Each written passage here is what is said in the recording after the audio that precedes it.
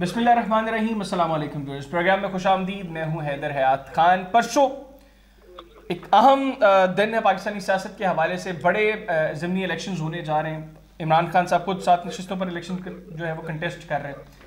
इन इंतखाबात के नताइज के बाद हमारे मुल्क की मुस्तकबिल की सियासत वो शायद थोड़ी सी क्लियर हो जाएगी। पाकिस्तान तहरीक इंसाफ जो इस वक्त तो बहरहाल कौमी असम्बली में नहीं जा रही, कुछ अरकान के उनके इस्तीफ़े मंजूर हुए थे जिसके बाद अब ज़मीनी इलेक्शन हो रहे हैं, लेकिन बहुत से अरकान हैं उनके जिनके भी इस्तीफ़े मंजूर नहीं हुए। इमरान खान साहब खुद भी अभी इलेक्शन कंटेस्ट कर रहे हैं। तो बेसिकली क्या होगा इन इलेक्शंस के बाद, मुस्तकबिल की सियासत किस रुख पर जाएगी? अगर पाकिस्तान तहरीक इंसाफ मेजॉरिटी सीट्स जीत जाती हैं तो क्या उसके बाद कुछ चांसेस हैं कि मौजूदा असम्बली के अंदर ही पाकिस्तान तहरीक इंसाफ वापस जाएगी?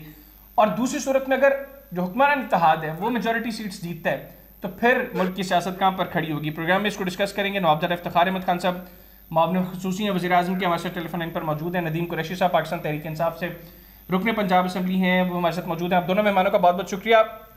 आगाज़ करूँगा नदीम कुरैशी साहब, आप गालिबन हल्के में मौजूद भी हैं। एक तो बताइएगा कि इस वक्त क्या टेम्पो है हल्के का, और सेकेंडली क्या देख रहे हैं आप स्पेसिफिकली मुल्तान की अगर बात करें, पहले इतवार को क्या नताइज एक्सपेक्टेड है मुल्तान से?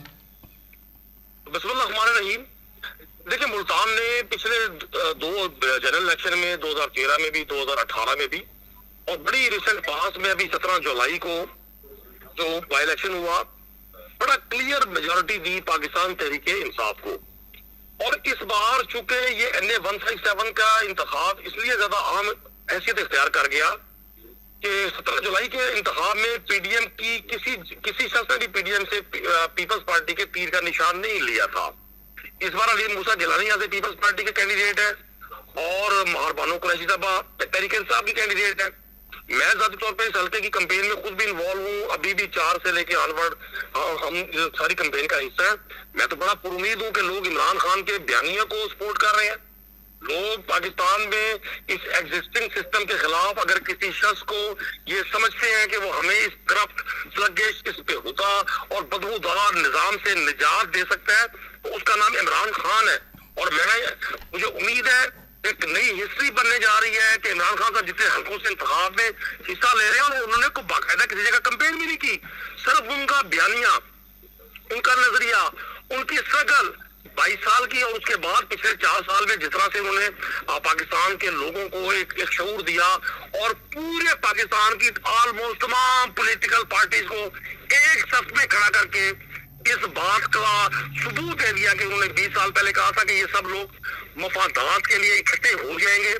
मतलब पीपल्स पार्टी नून लीग को कहा करती थी ये सबसे बड़े चोर है, और नून लीग पीपल्स पार्टी को कहा करती थी ये अली बाबा और 40 चोर है। कोई शख्स मीनारे पाकिस्तान पे कैंप लगाया करता था सरदारी साहब के खिलाफ, कोई शख्स यूसुफ रजा गिलानी साहब के खिलाफ कोर्ट पहनकर सुप्रीम कोर्ट में पेश हुआ करता था। कोई कहा करता था पीपल्स पार्टी ने अपने दौर में सिखों की लिस्टें, सिख इंतहा पसंदों की, सिख आजादी पसंदों की, मशरकी पंजाब के लोगों की लिस्टें हिंदुस्तान के लोगों को थी। कोई दूसरे को सिक्योरिटी रिस्क करार दिया करता था। किसी ने किसी का नाम मिस्टर 10% रखा था। अस्सलाम वालेकुम साहब, खैरियत से ठीक है?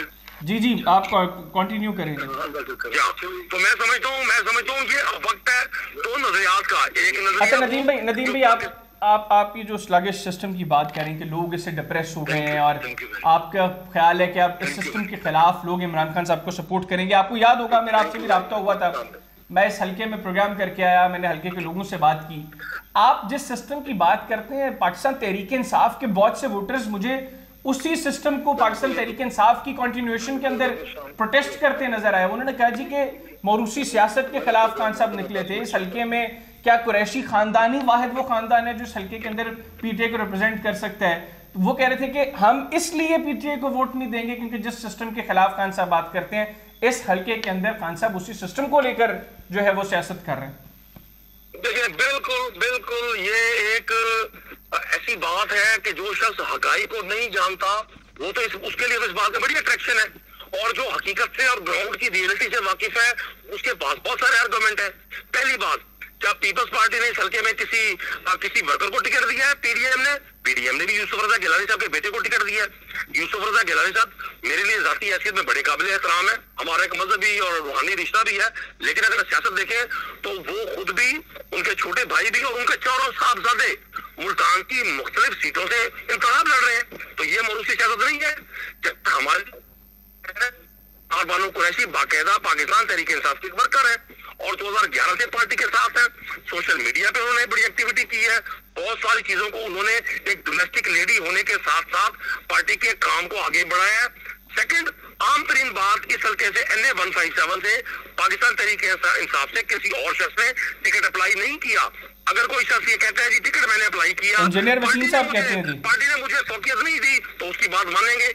और ये आबाई निशिस्त शाह महमूद कुरैशी साहब की है, वो यहाँ से 6 बार मैंने मुंतखब हुए, उनका बेटा जैन कुरैशी यहाँ से मुंतखब हुआ। तो मैं नहीं समझता यहाँ कोई मरूसी सियासत वाला एलिमेंट ये होता है कि नदीम भाई कता कलामी की माजरत, आपने कहा कि किसी और ने टिकट अप्लाई नहीं किया। इंजीनियर वसीम साहब कहते हैं आप लोगों ने तो पार्टी का शेड्यूल ही जारी नहीं होने दिया।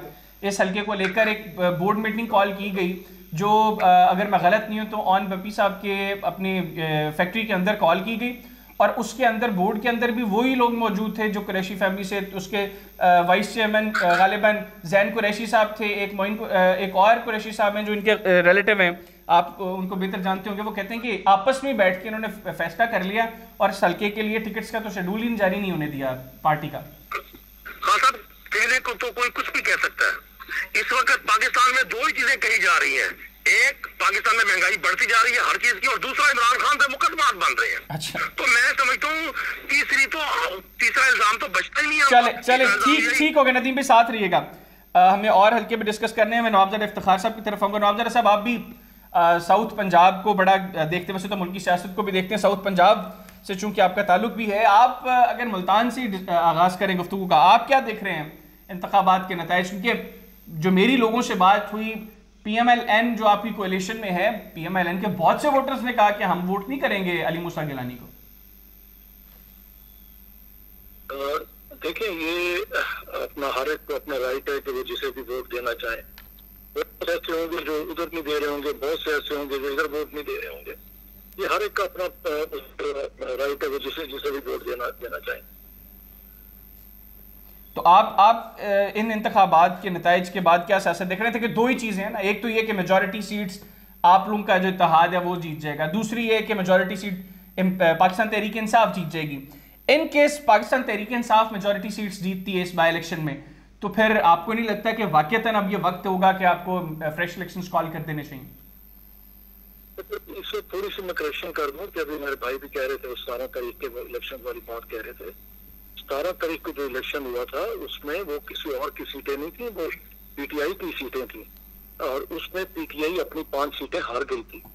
तो अब ये भी सीटें PTI की हैं और अगर वो RPI जो जीतते हैं तो ये उनका मसला है। ऑपोजिशन का रूलिंग पार्टी जो है उसका इसके साथ कोई कंसर्न नहीं है। ये उनकी सीटें अगर वो दोबारा ले लें तो तब भी कोई मसला नहीं, और अगर वो हार जाते हैं तो उनके लिए मसला होगा। जिस तरह 17 वाली इलेक्शन में वो अपनी 5 सीटें लूज कर गए। तो असल चीज जो है ना कि मुल्क को ट्रैक पर लाना चाहिए। हम सबको जो अवाम ने मैंडेट दिया है वो असेंबली के अंदर बैठ के मसाइल लोगों के हल करने का दिया है। हमें इस तरफ आना चाहिए। हमें असेंबली के अंदर जो नेगोशिएशन का या आपस में बैठ के मामला तय करने का सबसे बड़ा फोरम है, उस फोरम को इस्तेमाल करना चाहिए और बैठ के लोगों के मसाइल हल करने चाहिए। आज जिस जगह पे महंगाई जा रही है, ये जो हमारे तकरीबन 4 करोड़ के करीब लोग बेघर हो चुके हैं, सड़क पर हैं और उनकी फसलें, उनके बागात, उनके मवेशी, उनके जानवर वगैरह सब खत्म हो गए हैं। तकरीबन 1700 के करीब लोग इसमें मारे गए हैं। तो हमें इन चीजों की तरफ आना है। इस चीज पे ऊपर इलेक्शन तो होने हैं, तो इसमें वो तो कोई ऐसा मसला नहीं है। तो हमें अवाम के मसाइल की तरफ चाहिए। हमें मैंडेट मिला है असेंबली के अंदर बैठ के मसाइल को हल करने का। तो मेरी तो इन्हें भी रिक्वेस्ट होगी कि आए, बैठ के हम लोग असेंबली के अंदर बैठ के मसाइल को हल करें। जी नदीम भाई, वो कह रहे हैं कि बेसिकली तो असेंबली वो फॉरम है, आप उस फॉरम पे आए, इंतखाबात के नताइज जो भी हों आप लोग कम से कम असेंबली में तो आए ताकि इश्यूज को डिस्कस किया जाए। पॉलिटिक्स फिर होती रहेगी। देखिए नवाब साहब ने बड़ी अच्छी बात की है, मैं इनकी बात से किसी सूरत भी ना इनकारी हूँ और ना मैं समझता कि इनकी बात गैर अहम है। असल में गैर अहम बात उस वक्त होती है जब सिर्फ बात हो और उस पर अमल ना हो। आज से सिर्फ 4 माह पहले मौजूदा पीडीएम की गवर्नमेंट इन तमाम असेंबलीज को ये कहा करती थी कि ये इंजर्ड इलेक्शन के नतीजे में बनी है, ये जाली इंतखाब से जिनके नताइज को तब्दील किया गया था, जिसकी वजह से पाकिस्तान तहरीक इंसाफ जीती थी। और एक जगह तो फजलुर रहमान साहब फरमाते थे कि जो शख्स इन असेंबलीज में बैठेगा वो ईमान से खारिज हो जाएगा। ये सारी चीजें रिकॉर्ड का हिस्सा है। और फिर दुनिया ने देखा, आपने देखा, मैंने देखा कि किस तरह से उस असेंबली को जिसके लिए लोगों ने पाकिस्तान तहरीक इंसाफ को वोट किया था उसके किस तरह अरकान को खरीदा गया। और छांगा बांगा के बाद सिंध हाउस की सूरत में एक नया एक जमीर फरोशी का बाप पाकिस्तान की सियासी तारीख का हिस्सा बना। लोगों को टिल्ट किया गया, लोगों को खौफ से, पैसों से, टिकटों के लालच देकर। राजा रियाज साहब जो आपके लीडर ऑफ द अपोजिशन है वो कहते हैं मैं अगला उम्मीदवार हूँ PMLN का। मतलब ये क़यामत की निशानी नहीं है। एक शख्स आज जिस जमात को बतौर अपोजिशन लीडर फेस कर रहे हैं असेंबली में, वो उसी जमात से अगला कैंडिडेट है। ये पार्लियामानी निज़ाम में लाइटर नोट ये भी क़यामत की निशानी नहीं है कि जो पंजाब का सबसे बड़ा डाकू था आज वो पंजाब का चीफ मिनिस्टर बना। अच्छा, ये हाँ तो सियासी बयानात को और प्रैक्टिकली एक चीज को देखना बड़ा डिफरेंस है। ये आप मतलब राजा रियाज के अपोजिशन लीडर को के स्टेटमेंट को कि मैं अगला उम्मीदवार। नदीम भाई आपसे बात करने का मकसद ये है कि आप ना उन पॉलिटिशियंस में से हैं जो बातों को एब्जॉर्ब भी करते हैं। आपने कहा जी सियासी बयानात को इस तरह की चीजों के साथ लिंक करना, मतलब कि सियासी बयानात के अंदर आप किसी को भी कुछ भी कह दें और जब जरूरत पड़े तो फिर उसके बाद वो सियासी बयान कह के तो बंदा फारिग हो जाए। देखिए जी, सिर्फ और सिर्फ कब्रिस्तान में तब्दीली नहीं है। जिंदा इंसान किसी वक्त भी अपनी बात को किसी दलील से, किसी लॉजिक से, किसी बुनियाद पर उसमें तब्दीली भी हो सकती है। राय इंसान की बदल भी फिर आप क्यों इनको क्यों क्रिटिसाइज करते हैं कि कल ही एक दूसरे को ये कहते थे आज इकट्ठे बैठ गए हैं? अगर आप कर रहे हैं तो वो सियासत है, ये कर रहे हैं तो वो गलत है। सर हयात खान साहब अपना हैदर भाई ये सिर्फ कहते नहीं थे, इन्होंने पूरी कौम को आप अर्ली 80s, लेट 80s और अर्ली 90s में देखें कि बेनजीर भुट्टो को तमाम उम्र इन लोगों ने पॉलिटिक्स नहीं करने दी। लाहौर जो पीपल्स पार्टी का गढ़ हुआ करता था, अजीजुर रहमान चंद, मियां मिसबाह रहमान, एहसास हसन, जहांगीर बदर, कितने बड़े बड़े लोग थे। उनको सियासी तौर पे उनके साथ जुल्म किया गया, उनको पॉलिटिक्स नहीं करने दी गई। पाकिस्तानी कौम को कि वो नौजवान जो 90s में बच्चा नौजवान था उसको ये कहा जाता था कि पीपल्स पार्टी और बेनजीर और इनका खानदान गद्दार लोग हैं, इन्होंने मुल्क को लूटा है। ये किसने नाम रखा मिस्टर 10% जरदारी साहब का? किसने? अभी रिसेंट पास में चीफ मिनिस्टर पंजाब थे शहबाज शरीफ, जो पंखा हाथ वाला झल रहे थे बैठकर मीनारे पाकिस्तान पे। यूसुफ रजा गिलानी के खिलाफ कौन गया था सुप्रीम कोर्ट ऑफ पाकिस्तान में? किस शख्स ने कहा था राजा रेंटल है, राजा परवेज अशरफ? ये इन बातों को आप इग्नोर कर देंगे? ये जितने करप्शन केसेस इन्होंने शुरू किए एक दूसरे पे, राना मकबूल जो IG सिंध थे उन पर क्या इल्जाम था, किस पे तशद्दुद किया था उन्होंने? तो फिर आप इन तमाम चीजों की बुनियाद पे आप ये समझते हैं कि अगर नो कॉन्फिडेंस जो है वो एक कॉन्स्टिट्यूशनल मूव भी था, उसके बाद ही गवर्नमेंट फॉर्म हुई है, आप समझते हैं कि इसके बावजूद अब फ्रेश इलेक्शंस की तरफ चला जाना चाहिए? ये वो रीजंस हैं? देखिए, अभी नवाब साहब ने कहा कि जी हमें बैठकर महंगाई की तरफ देखना चाहिए, आम आदमी की जिंदगी में बेहतरी के लिए कोशिश करनी चाहिए, सैलाब का जिक्र इन्होंने किया। तो मैं क्वेश्चन करूंगा, मैं एक आम पाकिस्तानी हूँ, एक आम शहरी हूँ, कि क्या जो लोग पाकिस्तान में महंगाई के नाम पर 3.5 साल शोर करते रहे, सियासत करते रहे, लॉन्ग मार्चेस करते रहे, मरियम नवाज ने किया, बिलावल जरदारी ने किया, मौलाना फजलुर रहमान ने किया, आज वो सब इक़्तिदार में है, क्या अब उन्होंने महंगाई कम की? क्या पेट्रोल का वही रेट है जो मार्च 2022 में था पाकिस्तान में? क्या आटा, चीनी, दालों का रेट वही है जो मार्च 2022 में था? क्या पाकिस्तान की एक्सपोर्ट्स उतनी है जो मार्च 2022 में थी? वो यही तो कह रहे हैं नदीम भाई कि बैठे हैं हमारे साथ, इनके ऊपर बात करें, कोई पॉलिसी बनाए, असेंबली में आए। इनके साथ बैठना ये किसी उस शख्स के लिए मुमकिन नहीं है जो पाकिस्तान की कौम से हमदर्दी रखता हो। ठीक है, साथ रहिएगा नवाब जरा साहब, वो कह रहे हैं आप लोगों के साथ तो किसी सूरत बैठना मुमकिन ही नहीं है। तो फिर तो जाहिर सी बात है, एक बड़ी पॉलिटिकल पार्टी है पाकिस्तान तहरीक इंसाफ, इनके साथ पब्लिक सपोर्ट है, ऐसे चीजें फिर कैसे आगे बढ़ेंगी नवाब जरा साहब? देखिए, मैं तो फिर इन्हें यही रिक्वेस्ट करूंगा कि ब्लेम गेम से बाहर चलाएं। अगर यही हम कहते रहेंगे जी वो फलां को यूं कहता था, फलां यूं कहता था, जब स्टेज पे ठहरे होते हैं बहुत बहुत बातें हो जाती हैं, सारे एक दूसरे के खिलाफ बात कर लेते हैं। अगर हम उन चीजों को दोहराने लगे, उन्हीं को लेके बैठ जाए और आगे आगे चलना है, मुल्क को इस तरह से निकालना है, क्यों एक दूसरे को जो भी हम एक दूसरे के साथ कर रहे हैं तो वो मुल्क का नुकसान हो रहा है। हमें आगे की सोचना चाहिए। अपना लोगों के 22 करोड़ आबादी हमारी तरफ देख रही है, हमें उनके बारे में सोचना होगा। और बेहतर मैं तो बार बार यही कहूंगा कि यही प्लेटफॉर्म है असेंबली का। अब ठीक है 16 को इलेक्शन हो जाए, उसके बाद भी परेशानी करें, 14 में भी तो वापस आए थे असेंबली में, अब भी आए, आके बैठे। और कोई ऐसा खान साहब मसला नहीं होता जो मुज़ाकरात के जरिए हल ना हो सके।